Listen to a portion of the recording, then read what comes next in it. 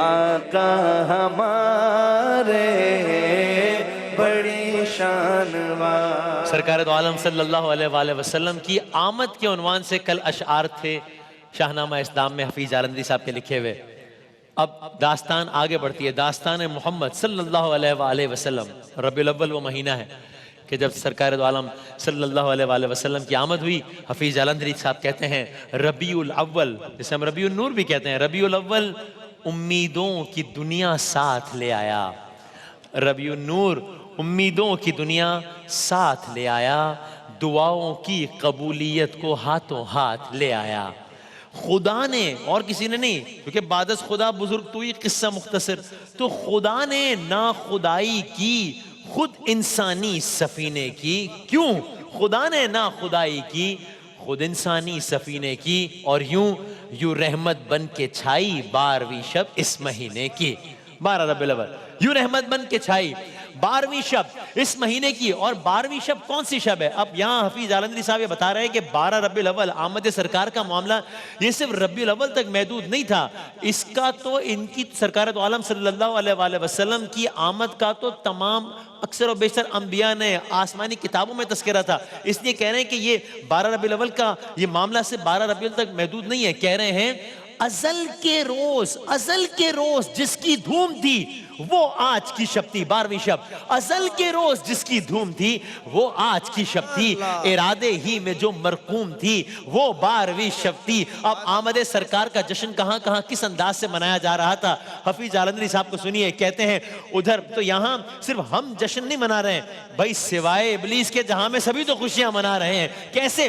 ادھر سطح فلک پر چاند تارے رقص کرتے تھے، ادھر روئے زمین کے نقش بنتے تھے، سنورتے تھے، سمندر موتیوں کو دامنوں میں بھر کے بیٹھے تھے، جبل لالو جواہر کو مہیا کر کے بیٹھے تھے، زمرد وادیوں میں سبزہ بن کے ہر طرف بکھرا، ہوئی باران رحمت ہر شجر کا رنگ رخ نکھرا، ہوائیں پے بہ پے ایک سرمدی پیغام لاتی تھیں، کوئی مژدہ تھا جو ہر گوشے گل میں کہہ سناتی تھی۔ اور اب کیا کہہ رہے ہیں کہ بھائی صرف انسان گلے نہیں مل رہے، صرف انسان خوش نہیں ہو رہے، بھائی گلے پھولوں سے ملتے جا رہے تھے پھول گلشن میں۔ 12 ربیع الاول گلے پھولوں سے ملتے جا رہے تھے پھول گلشن میں، اور اس کا اثر کیا ہو رہا تھا؟ گلے پھولوں سے ملتے جا رہے تھے پھول گلشن میں، گلے مل مل کے کھلتے جا رہے تھے پھول گلشن میں، گلے مل مل کے کھلتے جا رہے تھے پھول گلشن میں۔ اب یہ باغ رمضان میں کیا ہی خوبصورت ریلیونس ہے اس کلام کو سننے کی، بس گویا تبسم ہی مسکراہٹیں تبسم ہی تبسم تھے نظارے لالا زاروں کے، ترنم ہی ترنم تھے کنارے جوئے باروں کے۔ اب ایک طرف تو یہ سارے کا سارا منظر ہے، لیکن ایک اور سینیریو بھی ہے، ایک اور عالم بھی ہے۔ ایک طرف تو ربیع الاول میں خوشی کا یہ عالم ہے کہ ہر کوئی خوشیاں منا رہا ہے، دوسری طرف کیا ہو رہا ہے؟ دوسری طرف آسمانی شیطان، اس کے چیلے زمینی شیطان لرز رہے ہیں، خوف سے کانپ رہے ہیں کہ بھئی اب وہ آ گیا ہے کہ اب ہماری حکمرانی نہیں چلے گی، اب مظلوموں کو مسیحا مل گیا ہے، بے انصافی کا خاتمہ ہونے والا ہے، انسانوں میں اونچ نیچ اپنے آپ موت مرنے والی ہے، ہر طرف مساوات کا ڈنکا بجنے والا ہے، بڑی بڑی بادشاہیں ختم ہونے والی ہے، جنہوں نے انسانوں کو غلام بنایا تھا وہ اب ختم ہونے والے ہیں، بے شمار خداؤں کو پوجنے والے اب صرف ایک اللہ کے آگے سجدہ کرنے والے ہیں۔ تو شیطانی لشکروں میں ایک کوہرام مچا ہوا تھا کہ اب سارے کے سارے جھوٹے خدا اپنی موت آپ مرنے والے تھے، اب زمین و آسمان پر ایک ہی رب کی بادشاہی قائم ہونے جا رہی تھی۔ تو اب یہ دیکھیے، آپ نے سب کچھ سنا کہ کون کون کس انداز سے ربیع الاول کی خوشیاں منا رہا ہے، اب آگے سنیے۔ جہاں میں جشن صبح عید کا سامان ہوتا تھا، ایک طرف تو یہ ماحول تھا، جہاں میں جشن صبح عید کا سامان ہوتا تھا، ادھر شیطان تنہا اپنی ناکامی پہ روتا تھا۔ تو ایک طرف یہ عالم ہے، ایک طرف وہ عالم ہے۔ جہاں میں جشن صبح عید کا سامان ہوتا تھا ادھر شیطان تنہا اپنی ناکامی پہ روتا تھا.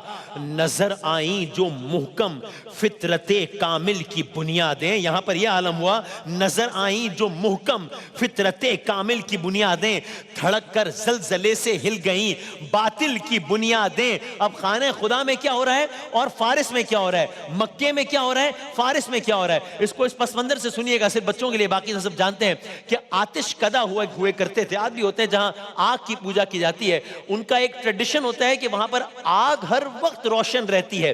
اس وقت فارس میں ایک بہت بڑا آتش کدا تھا, ایک آگ تھی جو وہاں پر سالوں سے جلے جا رہی تھی. اب جب سرکار دو عالم صلی اللہ علیہ وآلہ وسلم آئے ہیں تو کیا ہوا, یہاں فاراں سے مراد کعبہ ہے اور فارس کا آتش کدا سے مراد وہ ہے جو میں نے عرض کیا. اب سنیے, جہاں میں جشن صبح عید کا سامان ہوتا تھا ادھر شیطان تنہا اپنی ناکامی پہ روتا تھا. نظر آئیں جو محکم فطرت کامل کی بنیادیں, دھڑک کر زلزلے سے ہل گئیں باطل کی بنیادیں. سرے فاراں مکہ کعبہ سرے فاراں پہ لہرانے لگا جب نور کا جھنڈا, سرے فاراں پہ لہرانے لگا جب نور کا جھنڈا, ہوا ایک آہا بھر کر فارس کا آتش کدا ٹھنڈا.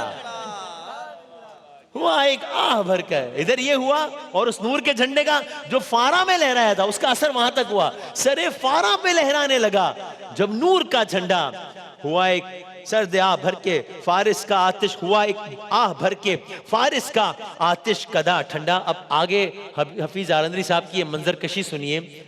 ہم نے اسرافیل علیہ السلام کو سنا ہے ایک اور حوالے سے, اب کہیں حفیظ عالندری صاحب کی سوچ کیا ہے. کہہ رہے ہیں اسی ماحول میں بجائی بڑھ کے, بھئی فرشتے کیوں پیچھے رہ جائیں ہم, بجائی بڑھ کے اسرافیل نے پرکیف شہنائی. اس پرکیف شہنائی کے کیا کہنے ہیں, بجائی بڑھ کے اسرافیل نے پرکیف شہنائی. تو اس کا اثر کیا ہوا, سارے انبیاء آگئے, سارے ملائکہ آگئے, وہاں پر اسرافیل نے یہ کیا اور سارے ملائکہ آگئے. بجائی بڑھ کے اسرافیل نے پرکیف شہنائی, ہوئی فوج ملائک جمع زیر چرخ مینائی. سب آگئے, ہوئی فوج ملائک جمع زیر چرخ مینائی. اب جب سب آگئے تو کیا ہوا, اب آواز آئی, اب ندا آئی. کیا آواز آئی, ندا آئی دریچے کھول دو ایوان قدرت کے. ندا آئی دریچے کھول دو ایوان قدرت کے. کیوں, نظارے خود کرے گی آج قدرت شان قدرت کے. نظارے خود کرے گی آج قدرت شان قدرت کے. اب ایک طرف جہاں میں یہ عالم ہے, اب دوسری طرف سرکار دو عالم صلی اللہ علیہ وآلہ وسلم کے والد حضرت عبداللہ, محمد بن عبداللہ نام ہے نا, صلی اللہ علیہ وآلہ وسلم. حضرت عبداللہ کی پیدائش سے متعلق بھی اور حضرت عبداللہ کے اس دنیا کے جانے سے متعلق بھی یہ ایک بڑا ایک دلچسپ واقعات ہیں ان دونوں حوالوں سے. یہ کیا ہے, یہیں سے ہم کل داستان محمد صلی اللہ علیہ وآلہ وسلم آگے بڑھائیں گے.